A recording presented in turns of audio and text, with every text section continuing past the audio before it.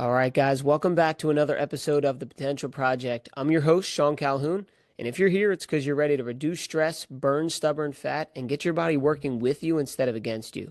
On this podcast, we're all about simple, no BS strategies for fitness, nutrition, and lifestyle. This way, you can feel strong, confident, and in control. I'll give you the tools, mindset shifts, and habits to help you look and feel your best without spending hours in the gym or stressing over every single meal.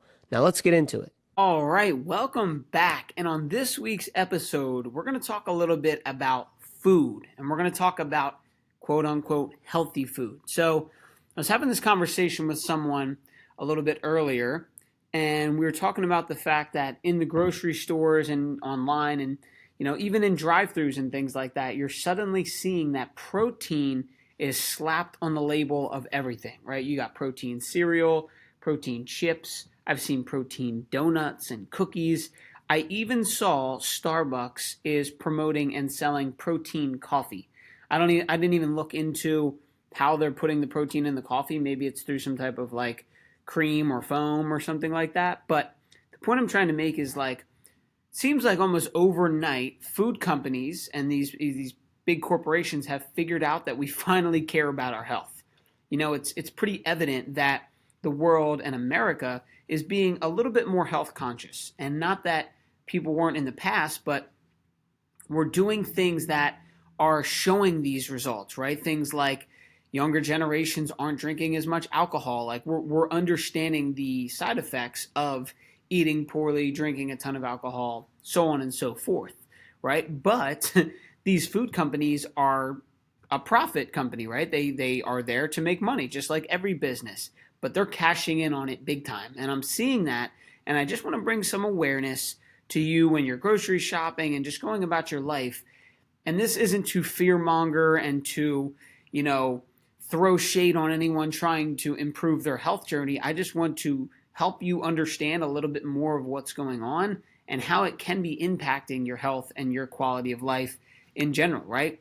But the thing is like these companies are not wrong. Protein is important. I've talked about it on here. You may have heard it on social media. Talk to your doctor. Protein is a very important and essential part of living your healthiest, strongest life. But just because something says protein on the label doesn't always mean that it's helping your body. And actually, a lot of these foods are keeping you from feeling your absolute best. And that's what we're going to get into now. Just because it says protein on the label doesn't necessarily mean that it's healthy.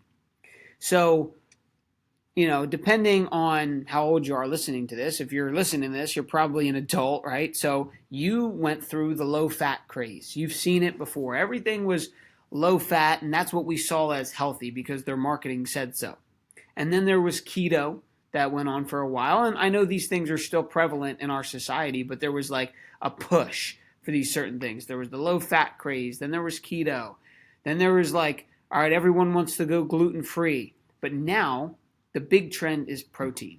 So instead of fixing our habits, what we're doing essentially is we're just chasing the next label that makes us feel like we're making better choices.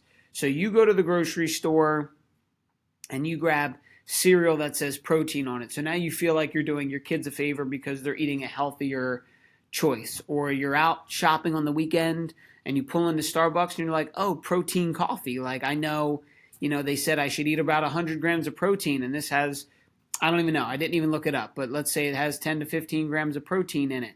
Like that's helping me towards my goal. And, I've had clients in the past they'd come in and talk to me about their diet, right? They go over their goals and they talk about the fact that they were eating high protein like bars and these shakes, like the core power things that have like 43 grams of protein, and they think that they're doing their body a favor, right?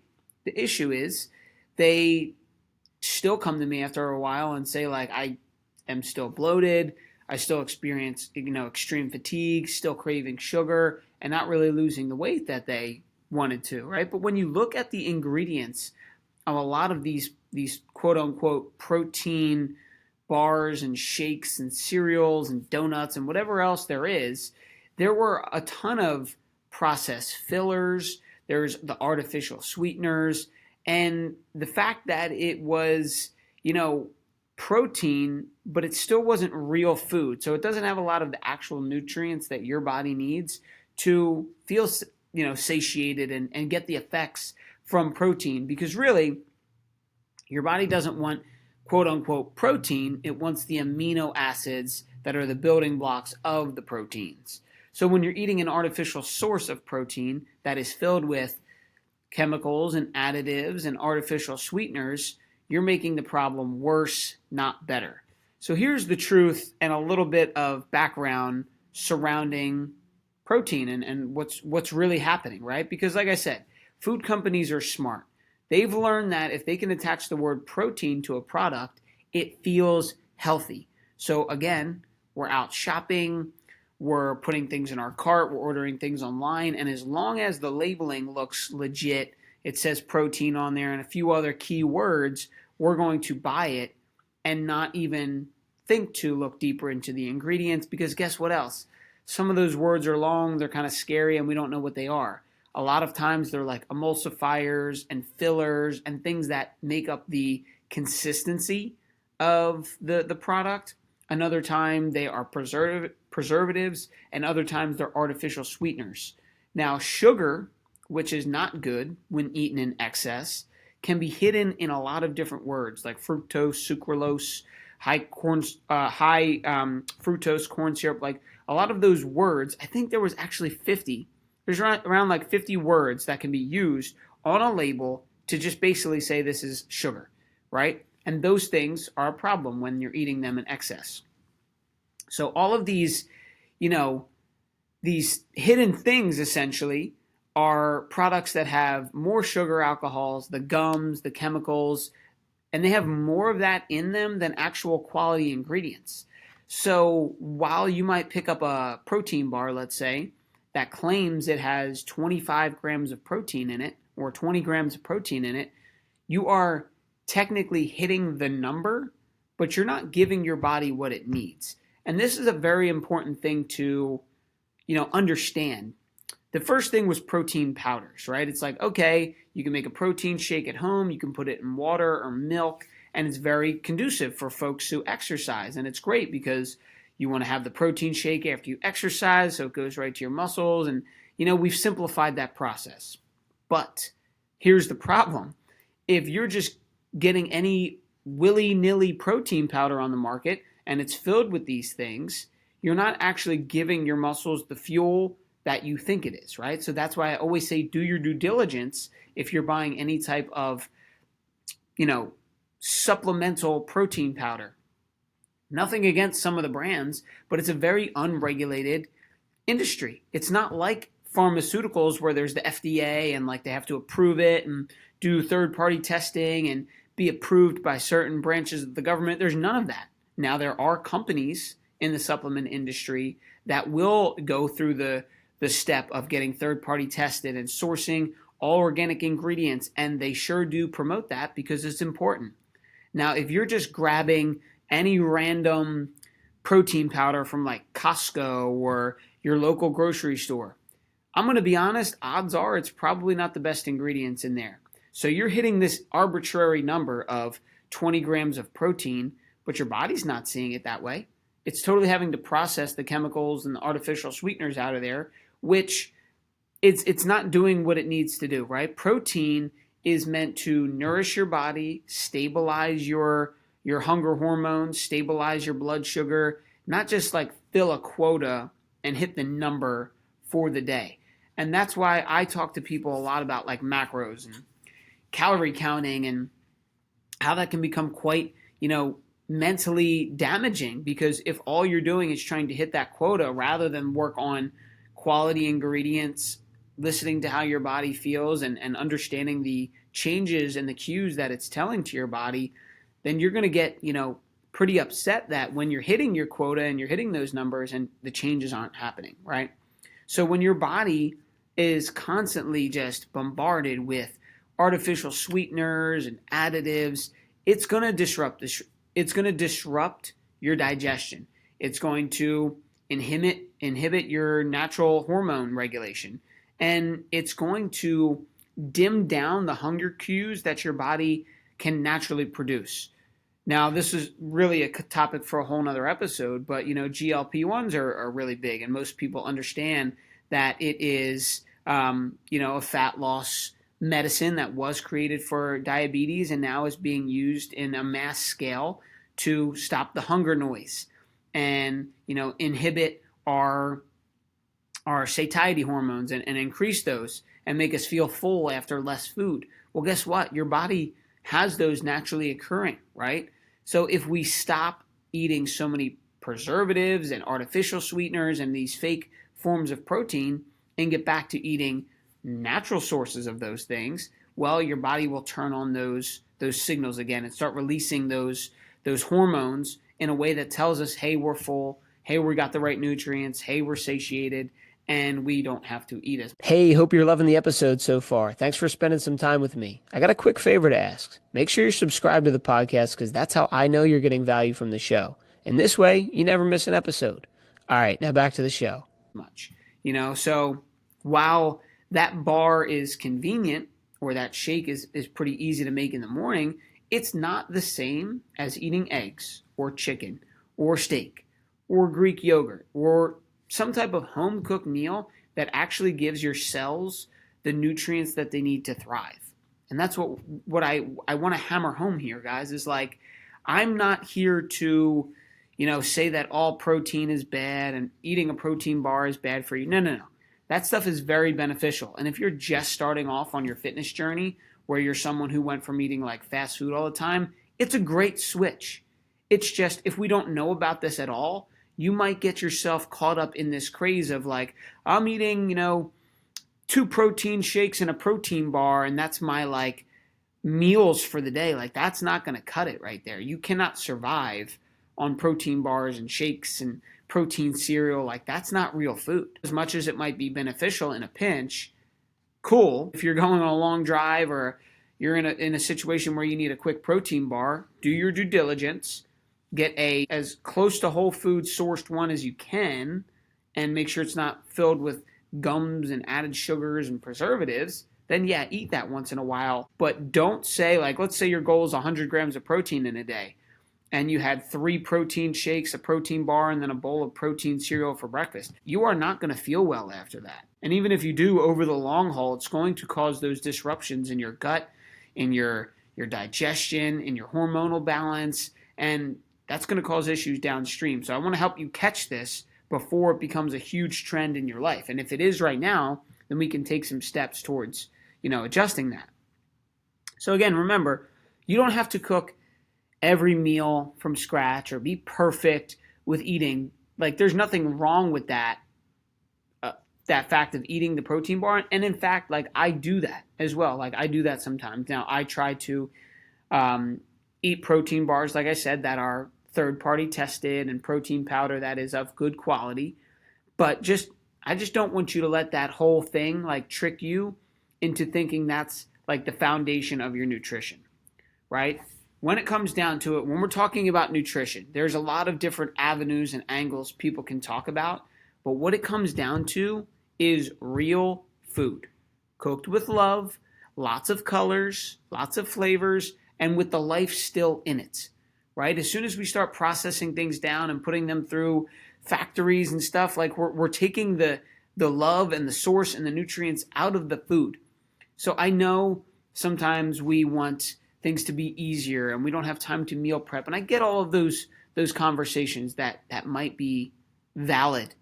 But the point is, the more food that you can make that is sourced from how, it was made on the earth, and locally sourced, if better. And organic is another level that's even closer to your optimal situation, the better, right? And take this in a sense that there are levels to your awareness and levels to your health. Someone who's been actively aware of their health and exercises and is doing these things for 20 years, yeah, they might be eating all organic, pasture-raised meat, like all of that stuff. And to you, maybe you're just starting off on being aware of this. And you're like, man, like I've been eating Wendy's, on Friday nights and and pizza all the time, it's like that's a little crazy to think I'm going to go eat organic and cook every meal at home. That's okay. And maybe the first step for you is to eat, maybe a protein bar and like start swapping things out as you go. That's another scenario, but it's just that you can't expect to fuel yourself totally on these protein things. And I wanted to bring some awareness to you so that next time you're grocery shopping, next time that you're out on the go and stopping in a drive-through, just do your due diligence, start looking at labels and understanding what's on the label to know that, hey, this isn't just protein in here. These are tons of additives, and honestly, there's apps for it. You could probably Google it. You could look up the couple words, but if there is a laundry list of ingredients on a protein bar or something like that, odds are put it away, right? An apple doesn't have a nutrient label. It's just an apple. Or a piece of chicken shouldn't have a laundry list of things. It's just chicken, right? That's a good source of protein. A steak, some Greek yogurt. Like there's not 25 different things on the label. So the more times you're eating things with a nutrition label, with a laundry list of things on there, regardless of if you know what they are or not, they're additives, they've been processed down, and they're not going to benefit your body to the way it does, right? Because when your body gets real food, it's going to give you real energy, right? And there's something that food with no labels can't replace. You see, like your body wants the nutrients from real food. So when we start to break it down, you're removing the nutrients further away from your body getting it. So, if you're lacking energy, you're hungry all the time, you're craving things, one of the first things you need to start doing, any goal that you have, whether it's losing weight, the excess belly fat, you can't sleep as well, one of the most foundational things that you can do to improve your situation is to see how much real food you're eating versus how much of this like fake protein stuff or low fat or all of these fad words that are slapped on labels to try to target them as quote unquote healthy. So as a way to wrap this up, right, a way to land this plane, the next time you're in the store, and here's some action steps that you can do, right? The next time you're in the store, instead of asking, does it have protein, ask, is it real? Right? Look on the label. Is it a whole food or does it have a long label on it? Because if it's made by a plant, you could probably eat it, right? If it's made in a plant, then you should probably think twice. And that's a kind of funny way to look at it, right? Like plants make real foods. There's animals. If you eat meat, that's great. That's fine. But if it's made in an industrialized plant with processing systems and labels and all that stuff, just think twice about it. We're not saying that all things with protein are awful, but you need to just be aware of using those as a supplement or as I'm in a pinch, let's grab a protein bar, rather than eating it as your full source of protein through the day. And then lastly is when you're getting those things, make sure you're looking at the brands that are, they're trying to get third-party tested. They're sourcing things organically. They're not adding a ton of ingredients. I forget the name, honestly. I should know. Not Kind bars, RX bars, right? They might be a lot of calories, but they're minimal ingredients, and that's what's great about it because it's not just about how many calories those protein bars are. They're made with like dates and almonds and sea salt rather than xanthan gum and, processed proteins, right? So do your due diligence when you're buying even the packaged foods.